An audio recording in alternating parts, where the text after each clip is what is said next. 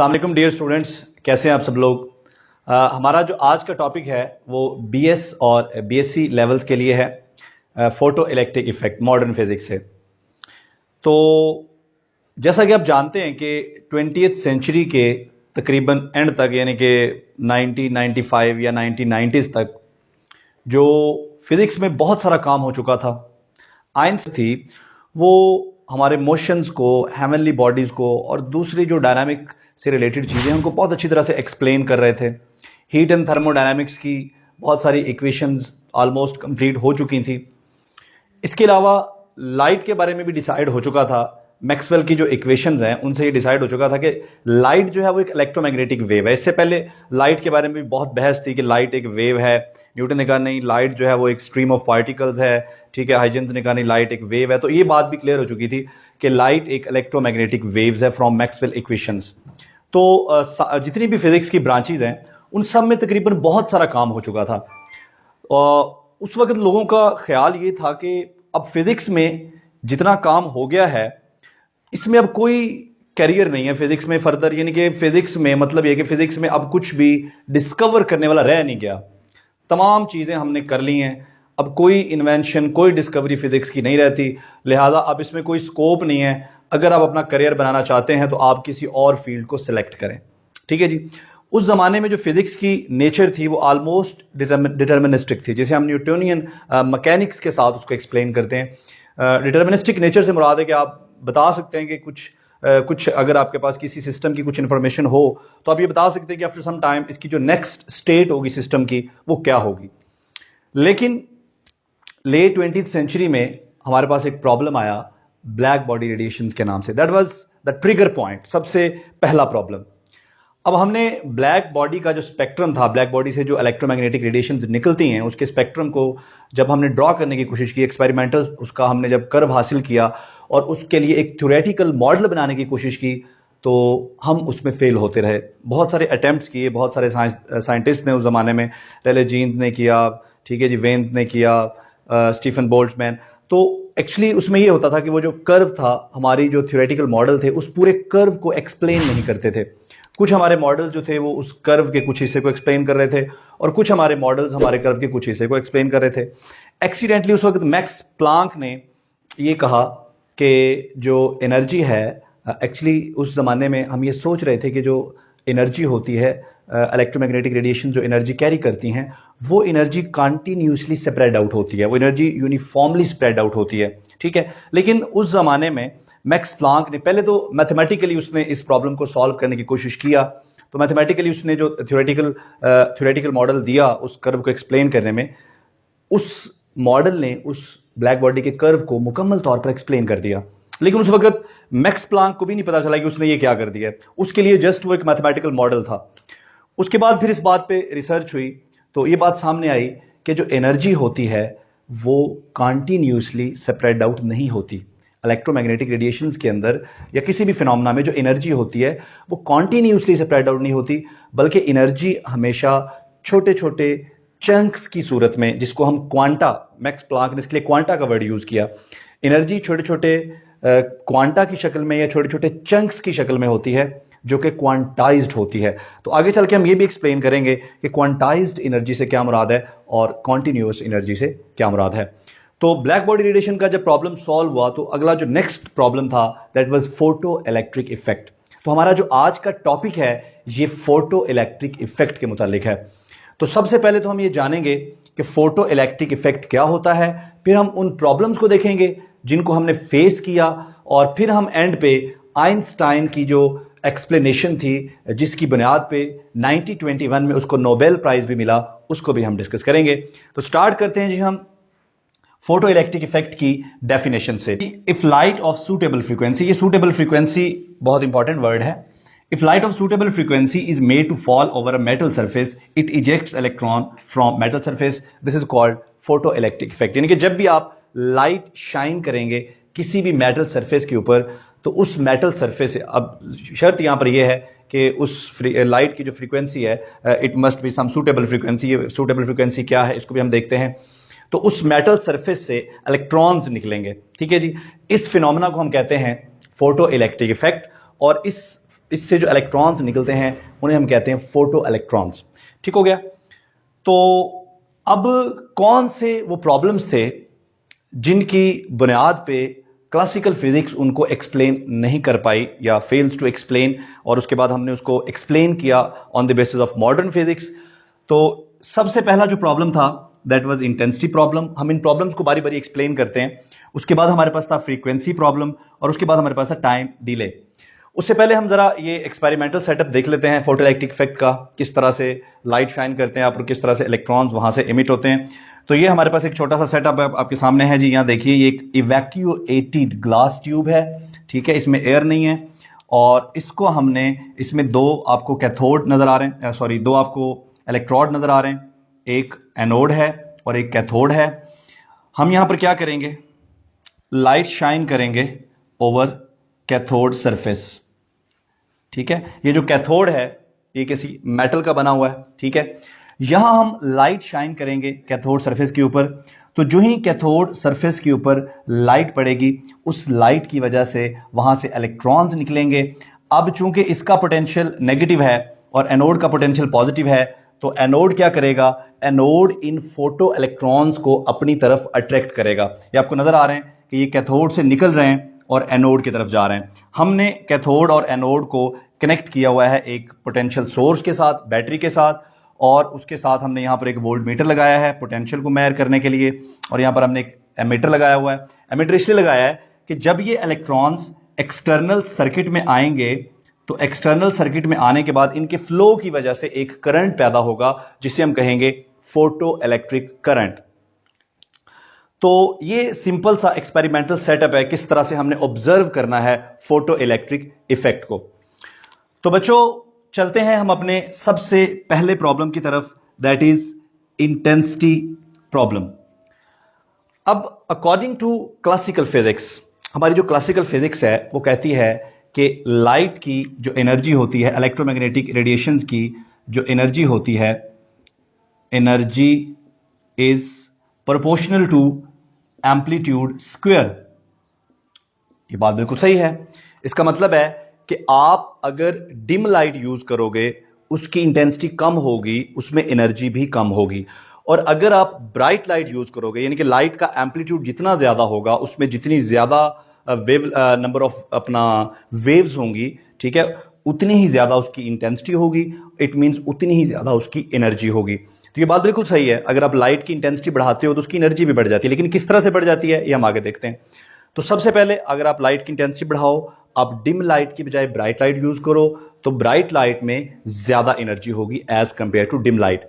Classical physics का मानना यह था कि अगर आप लोग डिम लाइट यूज करते हो फोटो इलेक्ट्रिक इफेक्ट के लिए, तो उस डिम लाइट से, ठीक है, उस कम एनर्जी वाली लाइट से जो इलेक्ट्रॉन्स निकलेंगे, फोटो इलेक्ट्रॉन्स, उन फोटो इलेक्ट्रॉन्स की काइनेटिक एनर्जी भी कम होगी। ओके। और अगर आप ज्यादा, उसी शर्त यह कि आप वो फ्रीक्वेंसी चेंज, वेवलेंथ चेंज ना करें, आप मोनोक्रोमेटिक लाइट यूज करें, ठीक है, जिस वेवलेंथ की लाइट आपने पहले यूज की है अब उतनी ही वेवलेंथ की लाइट आप दोबारा यूज करें, लेकिन अब आप ज्यादा ब्राइट लाइट यूज करें, यानी कि ज्यादा इंटेंसिटी वाली लाइट यूज करें। तो डिम लाइट से जो इलेक्ट्रॉन निकले उनकी काइनेटिक एनर्जी कम होगी, लेकिन जो ब्राइट लाइट से इलेक्ट्रॉन्स निकलेंगे उन इलेक्ट्रॉन्स की काइनेटिक एनर्जी ज्यादा होगी। तो यहां पर इस एक्सपेरिमेंट में हमने इलेक्ट्रॉन्स की काइनेटिक एनर्जी को किस तरह से मेजर करना है, उसके लिए हम क्या करते हैं कि ये जो हमारे कनेक्शंस हैं इनको हम रिवर्स कर देते हैं। यहां पर हमने पहले पॉजिटिव पोटेंशियल दिया है, ठीक है, यहां हम नेगेटिव पोटेंशियल दे देते हैं, और यहां पर नेगेटिव पोटेंशियल था, हम पॉजिटिव पोटेंशियल दे देते हैं, ठीक है जी। अब क्या होगा, अब जब इलेक्ट्रॉन इस मेटल सरफेस से निकलेंगे, ठीक है, तो आप देखें अब इस पर पॉजिटिव पोटेंशियल है, हाई पोटेंशियल है, तो जो ही इलेक्ट्रॉन्स इस मेटल सरफेस से निकलेंगे, ये वाली मेटल सरफेस उनको पुल बैक करेगी, उन्हें अट्रैक्ट करेगी, जबकि इलेक्ट्रॉन्स के पास चूंकि काइनेटिक एनर्जी है तो वो मूव करेंगे टुवर्ड द नेगेटिव प्लेट। जब वो यहां पहुंचेंगे तो यहां से आगे से रिपल्शन होगी। अब इस रिपल्शन की बुनियाद पर हम इलेक्ट्रॉन्स की काइनेटिक एनर्जी मेजर करेंगे। तो ये जो प्लेट है, यहां पर जो पोटेंशियल है, वो पोटेंशियल अब इलेक्ट्रॉन्स को रिपेल कर रहा है। अब जो कम एनर्जी वाले इलेक्ट्रॉन्स होंगे काइनेटिक एनर्जी वाले, वो यहां नहीं पहुंच पाएंगे। अब यहां वही इलेक्ट्रॉन्स पहुंचेंगे जिनमें काइनेटिक एनर्जी ज्यादा होगी। ठीक हो गया। हम क्या करते हैं, हम ये जो पोटेंशियल है, ये पोटेंशियल आप देख रहे हैं, ये पोटेंशियल वेरिएबल है। हम इस पोटेंशियल को बढ़ाते जाएंगे, इसको हम नेगेटिव, मजीद नेगेटिव करते जाएंगे। हम इसको इतना नेगेटिव कर देंगे कि जो ज्यादा से ज्यादा काइनेटिक एनर्जी वाला इलेक्ट्रॉन है वो भी यहां नहीं पहुंच पाएगा। तो उस वक्त जो पोटेंशियल की वैल्यू होगी उसे हम कहेंगे स्टॉपिंग पोटेंशियल। अच्छा, अब हमने स्टॉपिंग पोटेंशियल की वैल्यू से अंदाजा लगाना है कि जो इलेक्ट्रॉन्स यहां पहुंच रहे हैं उनकी मैक्सिमम काइनेटिक एनर्जी क्या है। उसके लिए हम ये भी कह सकते हैं कि जब ये इलेक्ट्रॉन्स यहां पहुंचने की कोशिश करेंगे तो ये पोटेंशियल उनको रिपेल करेगा, तो इलेक्ट्रॉन्स की काइनेटिक एनर्जी किस में कन्वर्ट होती जाएगी, पोटेंशियल एनर्जी में। तो इलेक्ट्रॉन्स की जो मैक्सिमम काइनेटिक एनर्जी है, मैक्सिमम काइनेटिक एनर्जी ये कन्वर्ट हो जाएगी इनकी पोटेंशियल एनर्जी में। ठीक है, EV0। अगर ये पोटेंशियल नेगेटिव होगा तो ये इक्वेशन पॉजिटिव हो जाएगी, और अगर ये पोटेंशियल पॉजिटिव होगा तो ये इक्वेशन नेगेटिव होगी। अब इलेक्ट्रॉन्स की जो मैक्सिमम काइनेटिक एनर्जी है वो रिपल्शन की वजह से किस में कन्वर्ट हो गई है, वो पोटेंशियल एनर्जी में कन्वर्ट हो गई है। अब हमने ये बात की कि हमने यहां पर जो नेगेटिव पोटेंशियल है वो इस कदर ज्यादा कर दिया कि अब कोई इलेक्ट्रॉन यहां पर नहीं पहुंच रहा। हमारा जो एमीटर है वो हमें बताएगा कि हमारा फोटो इलेक्ट्रिक करंट 0 हो गया है। तो जितनी आपने यहां पर पोटेंशियल की वैल्यू रखी है उससे आप E से मल्टीप्लाई कर देंगे तो आपको इलेक्ट्रॉन्स की काइनेटिक एनर्जी का अंदाजा हो जाएगा। उससे हम इलेक्ट्रॉन्स की जो काइनेटिक एनर्जी है उसको मेजर कर लेंगे। अच्छा जी, अब जरा वापस आते हैं अपने प्रॉब्लम की तरफ। क्लासिकल फिजिक्स ये कहती है आप डिम लाइट यूज करोगे तो जो इलेक्ट्रॉन निकलेंगे उनकी काइनेटिक एनर्जी भी कम होगी, लेकिन अगर आप ब्राइट लाइट यूज करोगे, ज्यादा इंटेंसिटी वाली लाइट यूज करोगे, तो उससे जो इलेक्ट्रॉन निकलेंगे उनकी काइनेटिक एनर्जी ज्यादा होगी। तो हमने जब एक्सपेरिमेंट किया, पहले हमने डिम लाइट यूज की, फिर हमने ब्राइट लाइट यूज की, और हमने डिम लाइट और ब्राइट लाइट दोनों के लिए यहां पर एक ग्राफ प्लॉट किया। एक्सपेरिमेंटल डाटा का रिजल्ट है ये। तो एक्स एक्सिस पर हमने पोटेंशियल डिफरेंस ले लिया और वाई एक्सिस पर हमने intensity, I for intensity not for current. अच्छा जी, अब अभी देखें ये जो ग्रीन कर्व आपको नजर आ रही है, ये जो वैल्यू है V0, ये स्टॉपिंग पोटेंशियल है। चूंकि ये नेगेटिव पोटेंशियल है तो ये स्टॉपिंग पोटेंशियल, यानी कि ये वो पोटेंशियल है जिस पर कोई भी इलेक्ट्रॉन उस प्लेट तक नहीं पहुंच पाता। ठीक है, इसको हम कलेक्टर बोल देते हैं। ठीक है, इसको हम एमीटर बोल देते हैं और इसको हम कलेक्टर, जो इलेक्ट्रॉन को कलेक्ट कर रहा है। तो ये वो पोटेंशियल है या पोटेंशियल की वो वैल्यू है जिस पर कोई भी इलेक्ट्रॉन कलेक्टर पर नहीं पहुंच पाता। हमने दो डिफरेंट इंटेंसिटी वाली लाइट्स ली। पहले हमने ये जो ग्रीन आपको नजर आ रही है इसकी इंटेंसिटी कम है, I1 की जो इंटेंसिटी है is less than I2। I2 जो रेड कर्व आपको नजर आ रही है, इस रेड कर्व की इंटेंसिटी ज्यादा है। लेकिन सरप्राइजिंगली आप गौर करें, आपने डिम लाइट यूज की, जो डिम लाइट से इलेक्ट्रॉन्स निकल रहे हैं वो भी उसी स्टॉपिंग पोटेंशियल पर रुक गए हैं। और जो रेड लाइट में आपने इंटेंसिटी, ये जो रेड कलर की इंटेंसिटी आपको नजर आ रही है, आपने ब्राइट लाइट यूज की, ब्राइट लाइट से जो इलेक्ट्रॉन्स निकले उनके लिए स्टॉपिंग पोटेंशियल भी वही है जो डिम लाइट वालों के लिए। इसका मतलब है कि डिम लाइट और ब्राइट लाइट दोनों से जो इलेक्ट्रॉन निकल रहे हैं, दोनों को हम एक ही स्टॉपिंग पोटेंशियल से रोक रहे हैं। इसका मतलब है कि दोनों इलेक्ट्रॉन्स की जो काइनेटिक एनर्जी है वो सेम है। अकॉर्डिंग टू क्लासिकल फिजिक्स हमने इंटेंसिटी बढ़ाई, लेकिन इंटेंसिटी बढ़ाने से इलेक्ट्रॉन्स की काइनेटिक एनर्जी पे कोई फर्क नहीं पड़ा। डिम लाइट से जो इलेक्ट्रॉन निकले वो भी एक ही स्टॉपिंग पोटेंशियल पे रुक रहे हैं, और ज्यादा इंटेंसिटी ब्राइट लाइट से हमने जो इलेक्ट्रॉन निकाले वो भी उसी स्टॉपिंग पोटेंशियल पे रुक गए। ठीक है, इसका मतलब है कि क्लासिकल फिजिक्स यहां इसको एक्सप्लेन करने में फेल हो गई।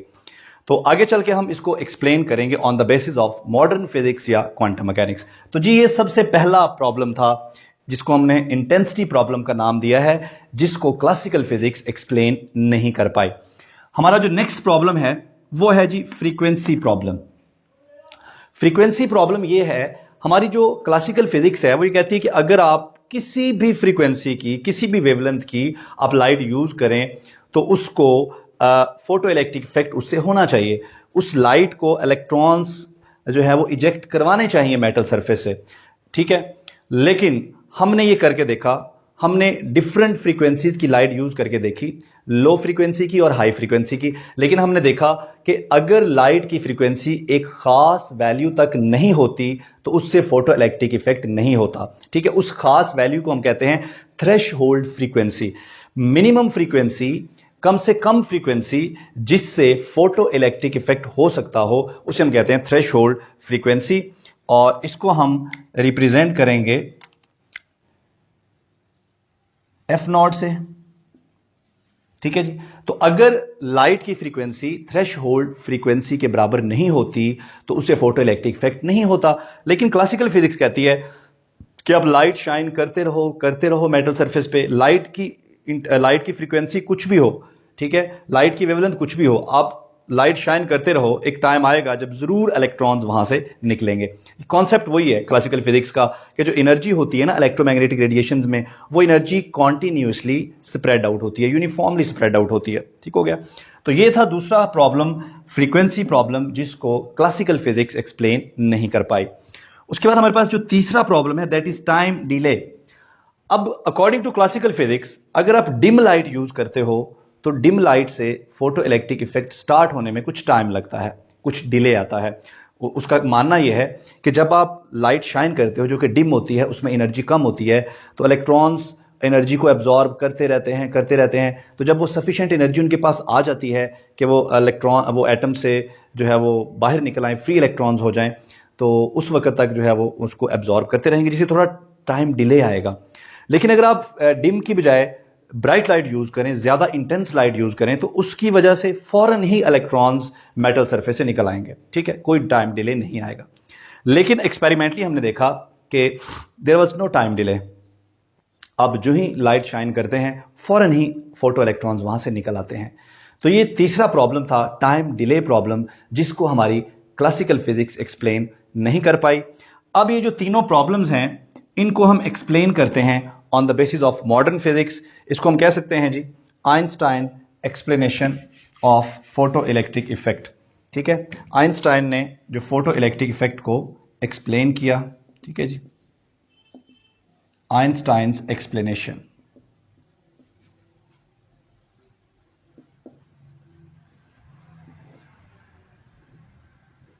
अच्छा जी, after Max Planck Einstein was the first person जो लाइट की नेचर को समझा।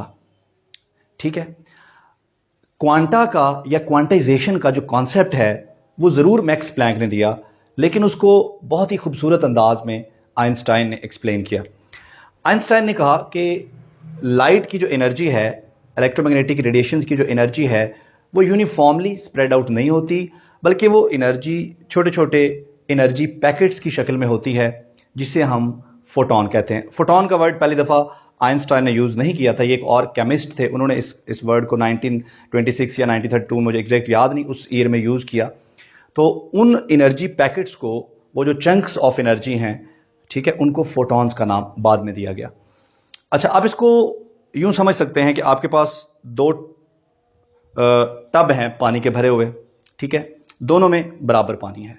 ठीक है, अब जो एक टब है उसमें पानी कॉन्टिन्यूसली जो है वो फिल किया हुआ है, जबकि दूसरे टब में पानी जो है वो छोटे छोटे चंक्स की सूरत में या छोटे छोटे अपना आप कह लें छोटे छोटे पैकेट्स की सूरत में उसको हमने उसमें किया हुआ है, स्टोर किया हुआ है, लेकिन दोनों में पानी है बराबर। अब यही फर्क है क्लासिकल फिजिक्स की जो इंटरप्रिटेशन है एनर्जी के बारे में और क्वांटम मैकेनिक्स की। अब दो डिफरेंट इंटेंसिटी वाली, दो सेम इंटेंसिटी वाली लाइट्स बीम लें।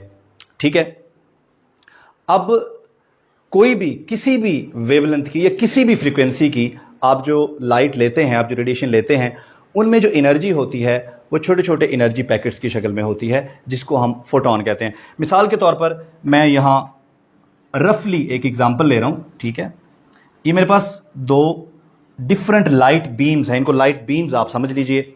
ये जो ऊपर वाली लाइट बीम है, इस लाइट बीम की इंटेंसिटी कम है। ठीक है, ये एक रफ एग्जांपल है, ठीक है, समझने के लिए कि फोटॉन का कॉन्सेप्ट क्या होता है। अच्छा, अब फर्ज कर लें कि ये जो ऊपर मेरे पास लाइट है ये इंफ्रारेड है। ठीक है जी, और जो नीचे है ये विजिबल है। चलें सॉरी, इसको भी आप इंफ्रारेड ही कर लें। आप ये देखें, इस लाइट बीम के अंदर जो एनर्जी है वो छोटे छोटे एनर्जी पैकेट्स की शक्ल में है, छोटे छोटे चंक्स की शक्ल में है। ठीक है, अब इन चंक्स को हम फोटोन कहते हैं। आप इंफ्रारेड की कोई भी इंफ्रारेड रेडिएशन ले लें, कोई भी इंफ्रारेड रेडिएशन आप ले लें, आप ये देखेंगे, कोई भी इंफ्रारेड रेडिएशन ले लें, आप देखेंगे उसके अंदर जो फोटोन होगा उस रेडिएशन का, उसकी एनर्जी सेम होगी। तो हमने दो इंफ्रारेड रेडिएशन ली, एक कम इंटेंसिटी वाली और एक ज्यादा इंटेंसिटी वाली। अब जो कम इंटेंसिटी वाली है ना, उसका मतलब है कि उसके अंदर फोटॉन्स कम है, मतलब ये देखें 6 फोटॉन्स हैं।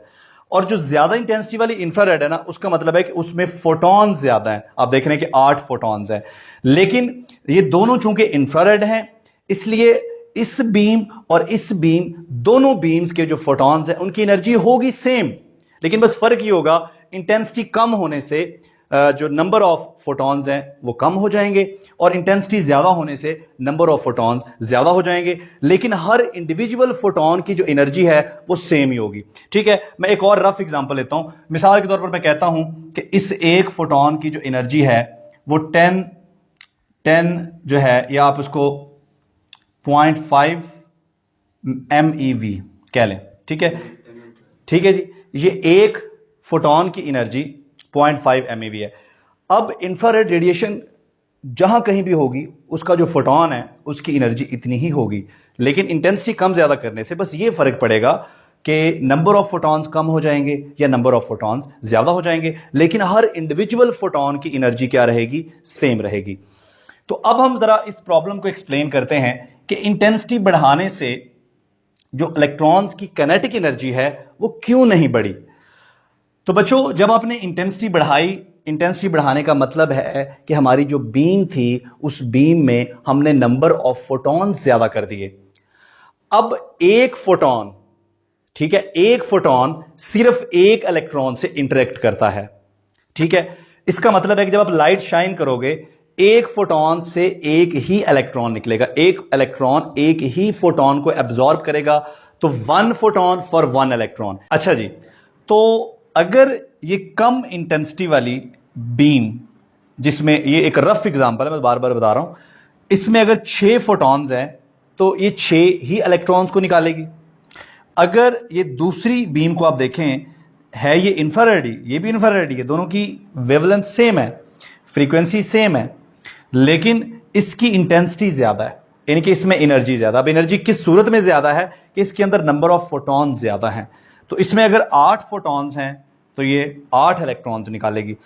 इसका मतलब ये है कि अगर आप इंटेंसिटी ज्यादा करोगे तो इंटेंसिटी ज्यादा करने से आपको ज्यादा इलेक्ट्रॉन्स मिलेंगे, फोटो इलेक्ट्रिक करंट ज्यादा होगा, लेकिन उन इलेक्ट्रॉन्स की काइनेटिक एनर्जी पे कोई फर्क नहीं पड़ेगा, क्योंकि according to quantum mechanics, according to modern physics, अगर आप सेम वेवलेंथ की और सेम फ्रीक्वेंसी की लाइट यूज करोगे तो उसके अंदर जो फोटॉन है उस फोटॉन की एनर्जी एक फिक्स अमाउंट ऑफ एनर्जी होगी। आप उसकी इंटेंसिटी जितनी मर्जी बढ़ाते जाओ, उसमें नंबर ऑफ फोटॉन्स तो बढ़ते जाएंगे, लेकिन उन फोटॉन्स की एनर्जी फिक्स रहेगी, उन फोटॉन्स की एनर्जी में कोई चेंज नहीं आएगा। अब फोटॉन्स की एनर्जी में चेंज कब आता है? जब आप ज्यादा फ्रीक्वेंसी वाली लाइट यूज करते हैं। अब आप इंफ्रारेड की जगह अगर आप व्हाइट लाइट यूज करेंगे, विजिबल लाइट यूज करेंगे, तो जो विजिबल लाइट है, विजिबल लाइट की फ्रीक्वेंसी ज्यादा होगी, तो विजिबल लाइट का जो फोटॉन है उस फोटॉन की एनर्जी भी ज्यादा होगी, और उस ज्यादा एनर्जी वाले फोटॉन से जो इलेक्ट्रॉन निकलेगा उस इलेक्ट्रॉन की काइनेटिक एनर्जी भी ज्यादा होगी। तो यहां पर हमने एक और ग्राफ एक्सप्लेन किया है। यहां पर अकॉर्डिंग टू मॉडर्न फिजिक्स जो इलेक्ट्रॉन्स की एनर्जी है वो लाइट की फ्रीक्वेंसी पे डिपेंड करती है। तो यहां देखिए, kinetic energy of photoelectrons depends upon frequency of incident light, और इंसिडेंट लाइट की जो एनर्जी और फ्रीक्वेंसी का रिलेशन है वो इस इक्वेशन से आप देख रहे हैं जी, energy is equal to product of H and F. F है जी फ्रीक्वेंसी और एच प्लांक्स कांस्टेंट। तो अगर आप ज्यादा फ्रीक्वेंसी वाली लाइट यूज करोगे उसके फोटॉन्स की एनर्जी ज्यादा होगी और उससे जो इलेक्ट्रॉन्स निकलेंगे उन इलेक्ट्रॉन्स की काइनेटिक एनर्जी भी ज्यादा होगी। तो एक्सपेरिमेंटल हमने किया, एक एक्सपेरिमेंट किया हमने, और उस एक्सपेरिमेंटल जो रिजल्ट्स हैं वो हमारे सामने हैं। हमने एक ही इंटेंसिटी की दो डिफरेंट लाइट्स यूज की, उन दोनों लाइट्स की इंटेंसिटी सेम है लेकिन दोनों के लिए दोनों की जो फ्रीक्वेंसी है वो डिफरेंट है। आप देख रहे हैं ये जो रेड आपको कर्व नजर आ रहा है, ये ऐसी लाइट के लिए कर्व है जिसकी फ्रीक्वेंसी ज्यादा थी, तो उससे जो इलेक्ट्रॉन्स निकले उनके लिए स्टॉपिंग पोटेंशियल ये है। अब स्टॉपिंग पोटेंशियल क्या डिफाइन करता है? हमारी काइनेटिक एनर्जी को। तो अगर स्टॉपिंग पोटेंशियल ज्यादा है तो मतलब काइनेटिक एनर्जी भी ऐसे इलेक्ट्रॉन्स की ज्यादा होगी। और ये जो ग्रीन वाली कर्व आपको नजर आ रही है इसके लिए स्टॉपिंग पोटेंशियल कम है, ठीक है, वजह कि इसकी फ्रीक्वेंसी कम है। इसका मतलब है कि इलेक्ट्रॉन्स की काइनेटिक एनर्जी इंसिडेंट लाइट की फ्रीक्वेंसी के ऊपर डिपेंड करती है, ना कि उसकी इंटेंसिटी के ऊपर। ठीक हो गया। तो इसके बाद जो आइंस्टाइन की जो इक्वेशन थी फॉर फोटो इलेक्ट्रिक इफेक्ट, हम उसको यहां पर लिखते हैं जी। अकॉर्डिंग टू आइंस्टाइन हमारे जो इंसिडेंट लाइट है उसके फोटोन की एनर्जी ई है, ये एनर्जी बराबर है phi plus kinetic energy maximum. तो टोटल एनर्जी जो फोटोन की है वो ई है, और ई किसके बराबर है? एच एफ के बराबर है। तो हम यहां पर ई की जगह लिख सकते हैं जी H F which is equal to phi. ये जो फाई है इसको हम बोलते हैं वर्क फंक्शन। फाई हमारे पास है जी वर्क फंक्शन। ये वर्क फंक्शन क्या है, इस इक्वेशन को जरा हम एक्सप्लेन करते हैं। वर्क फंक्शन होता है minimum amount of energy required to liberate the electron from metal surface. Metal surface से इलेक्ट्रॉन को बाहर निकालने के लिए आपको जितनी एनर्जी चाहिए होती है वो कहलाता है उस मेटल का वर्क फंक्शन। तो हमारे फोटोन की टोटल एनर्जी है एच एफ। इस एनर्जी की कुछ अमाउंट यूज हो जाएगी एज अ वर्क फंक्शन, और जो बाकी एनर्जी बचेगी उस एनर्जी को इलेक्ट्रॉन कंज्यूम करेगा एज अ काइनेटिक एनर्जी। ठीक है। अब फर्ज करें कि हमारे फोटोन की एनर्जी ही इतनी होती है कि उस एनर्जी से वो सिर्फ इलेक्ट्रॉन को इजेक्ट करता है। ठीक है। अगर वो सिर्फ इलेक्ट्रॉन को इजेक्ट करता है और इलेक्ट्रॉन की फिर काइनेटिक एनर्जी नहीं होती, तो इस सूरत में ये इक्वेशन रिड्यूस हो जाएगी। H F nought is equal to phi plus zero, क्योंकि हमारे फोटोन की एनर्जी ही इतनी थी कि उससे सिर्फ इलेक्ट्रॉन इमिट हुआ। ठीक है। तो यहां से जो फाइव की वैल्यू है, जो वर्क फंक्शन है, हमारे पास आ गया एच एफ नॉट। तो ये जो एफ नॉट है, ये एफ नॉट यहां नहीं होना चाहिए, ये जो एफ नॉट है ये है थ्रेश होल्ड फ्रीक्वेंसी, यानी कि मिनिमम अमाउंट ऑफ फ्रीक्वेंसी जिससे फोटो इलेक्ट्रिक इफेक्ट हो सकता है।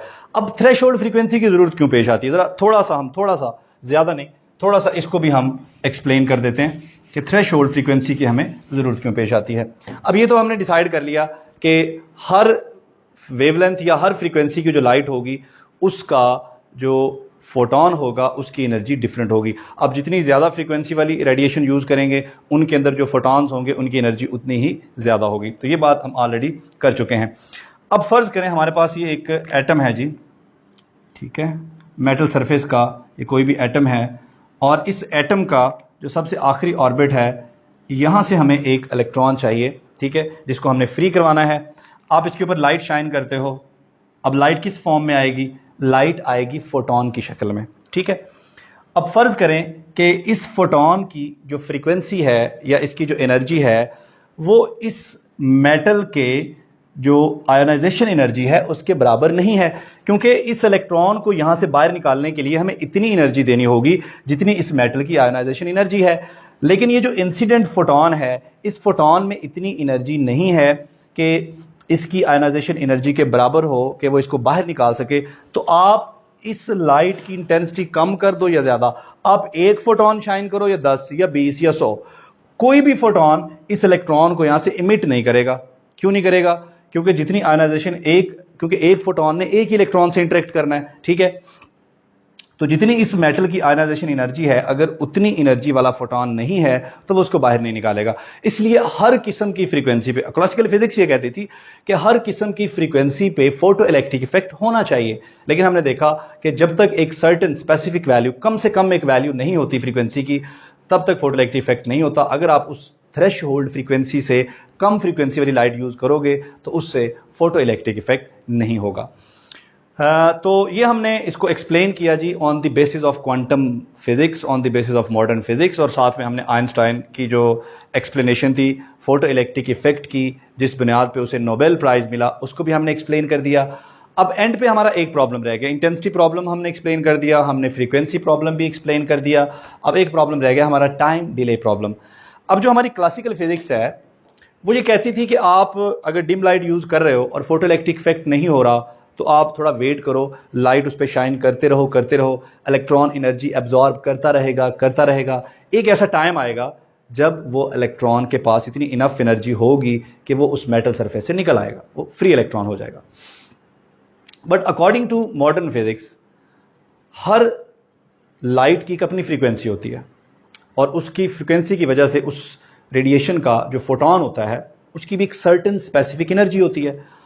आप जो ही वो फोटोन शाइन करोगे, अगर उस फोटोन में इतनी एनर्जी है कि वो उस इलेक्ट्रॉन को वहां से लिबरेट कर सकता है, उसको फ्री कर सकता है, तो फिर वो इलेक्ट्रॉन फौरन ही विदाउट एनी डिले वहां से निकल आएगा और फ्री हो जाएगा। लेकिन अगर उस लाइट की, उस रेडिएशन की फ्रीक्वेंसी थ्रेशोल्ड फ्रीक्वेंसी से कम है तो आप चाहे 10 घंटे लाइट शाइन करते रहो, फोटो इलेक्ट्रिक इफेक्ट होगा ही नहीं। ठीक है, अगर होगा तो फौरन ही होगा, कोई टाइम डिले यहां पर नहीं होगा। ठीक है जी, तो ये था हमारा दूसरा लेक्चर मॉडर्न फिजिक्स का। इससे पहले हम पढ़ चुके हैं अपनी ब्लैक बॉडी रेडिएशन वाले प्रॉब्लम को। तो इस लेक्चर में हमने पढ़ा है फोटो इलेक्ट्रिक इफेक्ट, उसको हमने एक्सप्लेन किया है। तो इंशाल्लाह नेक्स्ट लेक्चर में हम मॉडर्न फिजिक्स का नेक्स्ट टॉपिक लेके आएंगे, compound effect. Thank you, Allah Hafiz.